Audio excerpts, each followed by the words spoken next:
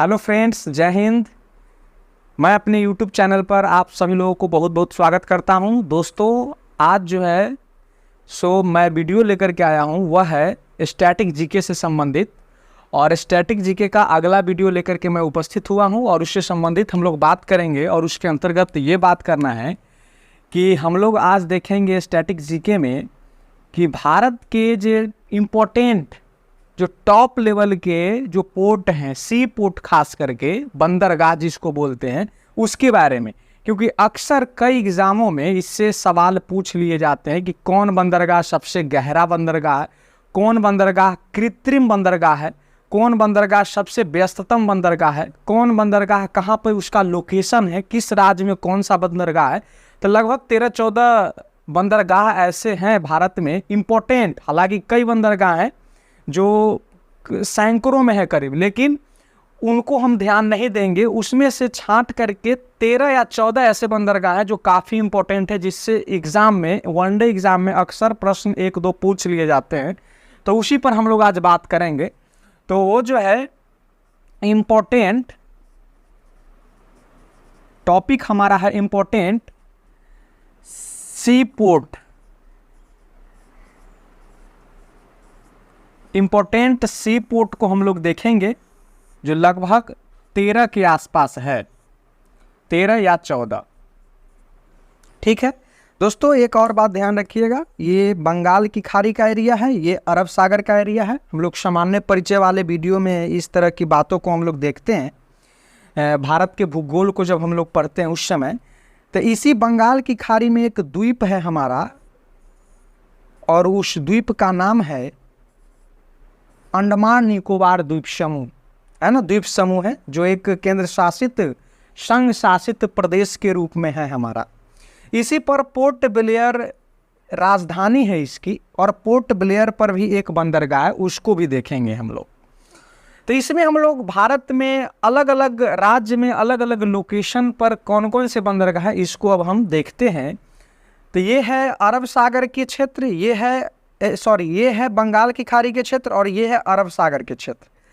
तो ये बंगाल की खाड़ी के क्षेत्र जो है, जो पूर्वी तट बोलते हैं इसको, और अरब सागर के क्षेत्र को पश्चिमी तट बोलते हैं। तो हम लोग पश्चिमी तट और पूर्वी तट में पहले बांट लेंगे 2 भागों में। जो पूर्वी तट के बंदरगाह,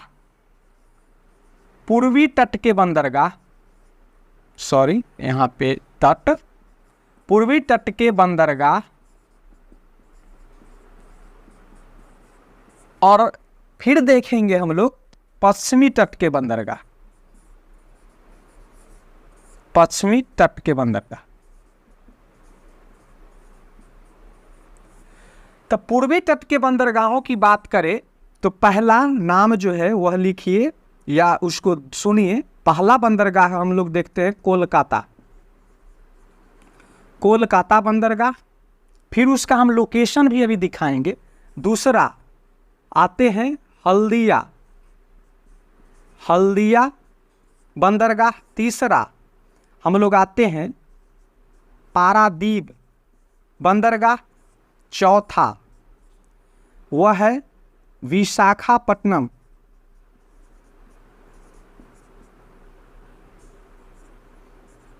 विशाखापट्टनम बंदरगाह। पांचवा, छठा और सातवां, 7 जो है वह है पूर्वी तट पर अवस्थित बंगाल की खाड़ी के तट पे। और विशाखापट्टनम के बाद एक याद रखना है एन्नौर, एन्नौर बंदरगाह। उसके बाद चेन्नई बंदरगाह, चेन्नई बंदरगाह के बाद याद रखना है तूतीकोरिन, तूतीकोरिन बंदरगाह। अब इसके लोकेशन हम लोग देखेंगे। पश्चिमी तट के बंदरगाह में पहला कांडला, दूसरा मुंबई, तीसरा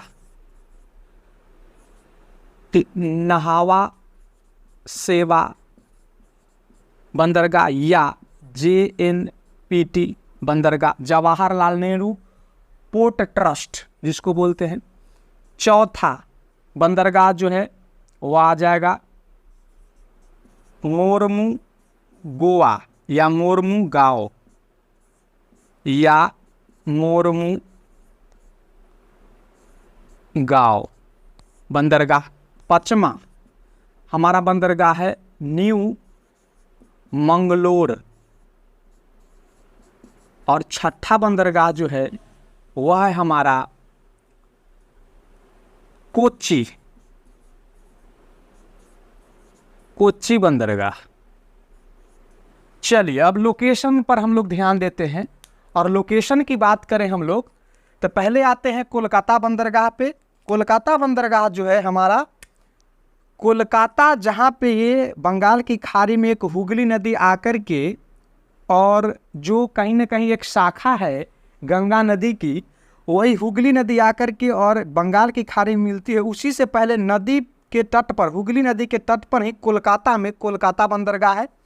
और इधर से एक आती है हल्दी नदी और आकर के यहाँ पे हुगली नदी में मिलती है। तो हल्दी और हुगली नदी के संगम पे एक जो है वह हल्दिया बंदरगाह है यहाँ पे। तो ये हो गया कोलकाता बंदरगाह, ये हो गया हल्दिया बंदरगाह। कोलकाता बंदरगाह की विशेषता की बात करें तो कोलकाता बंदरगाह को पूर्वी भारत का द्वार भी कहते हैं। और हल्दिया बंदरगाह जो है वह कोलकाता पोर्ट ट्रस्ट जो है वही हल्दिया बंदरगाह का भी निर्माण किया है। उसके बाद यहाँ पे एक नदी बहती है महानदी। महानदी के मुहाने के पास है पारादीप, पारादीप बंदरगाह। कहाँ पे? तो उड़ीसा में, उड़ीसा में महानदी बहती है।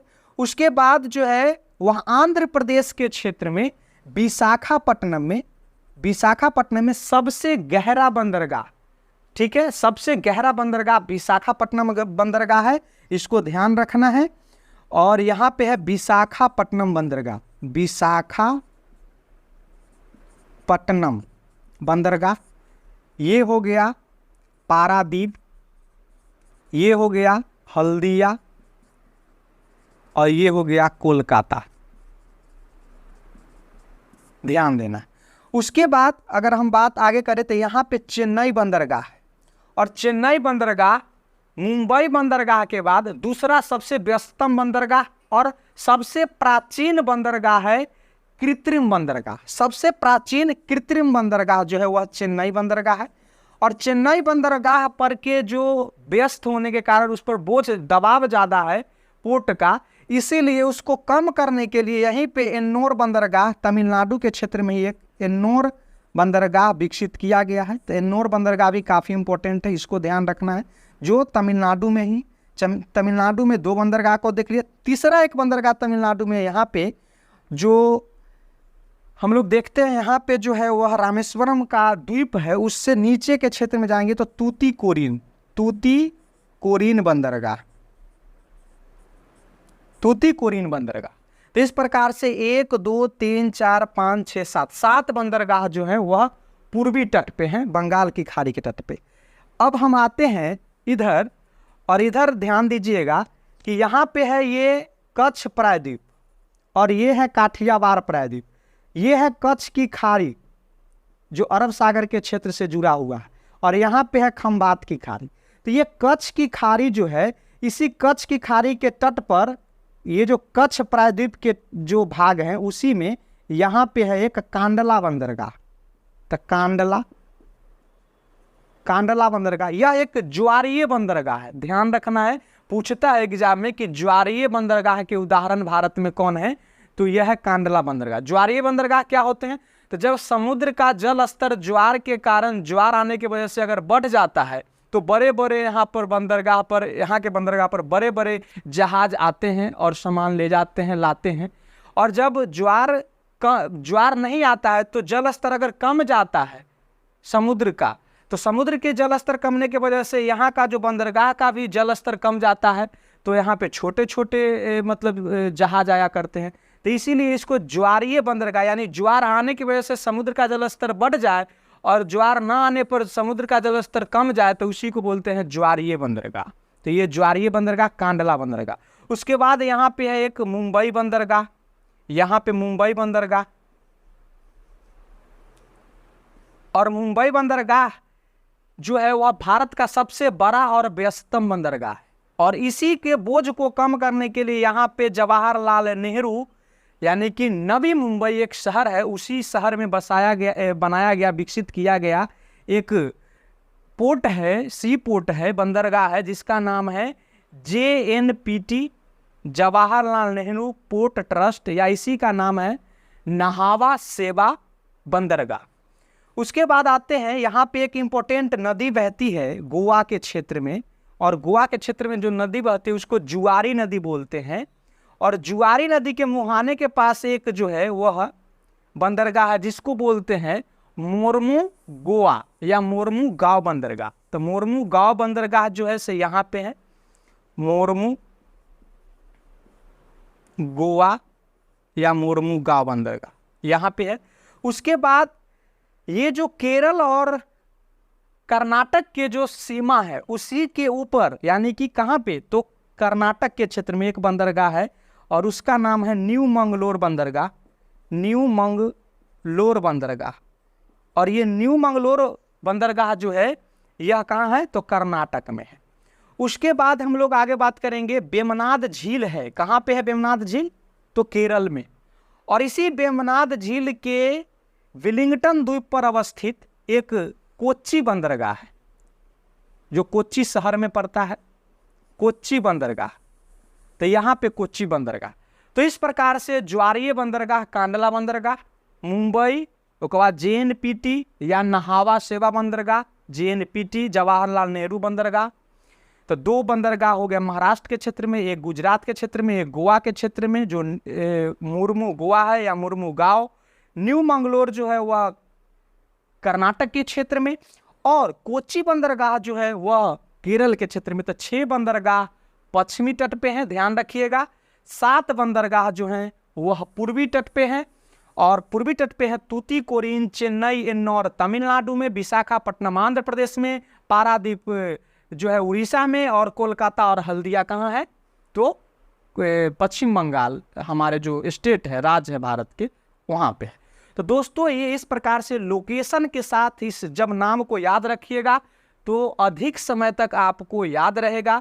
आजकल जो है कई टीचर ऐसे पढ़ा देते हैं कि लिस्ट दे देते हैं और कहते हैं जाओ याद कर लो, तो ऐसे में काम नहीं चलेगा। वो ज़्यादा समय तक याद भी, पहला नंबर तो नहीं होगा, दूसरा याद भी होता है तो ज़्यादा देर तक दिमाग में वो नहीं ठहरता, निकल जाता दिमाग से। लेकिन अगर इस तरह से मैप से अगर अध्ययन करते हैं, मैप पर कहाँ पे कौन सा बंदरगाह है, कहाँ पे कच्छ की खाड़ी है, कहाँ पे खंबात की खाड़ी है, किसको कच्छ प्रायद्वीप बोलते हैं, किसको क्या बोलते हैं, तो जब पूरे लोकेशन के साथ जब आप देखते हैं तब इसको आसानी से दिमाग में एक मैप के साथ, एक इमेज के साथ आप आसानी से इसको आत्मसात कर सकते हैं। तो दोस्तों इस वीडियो को देखने के लिए आप सभी लोगों को बहुत बहुत आभार, बहुत बहुत धन्यवाद।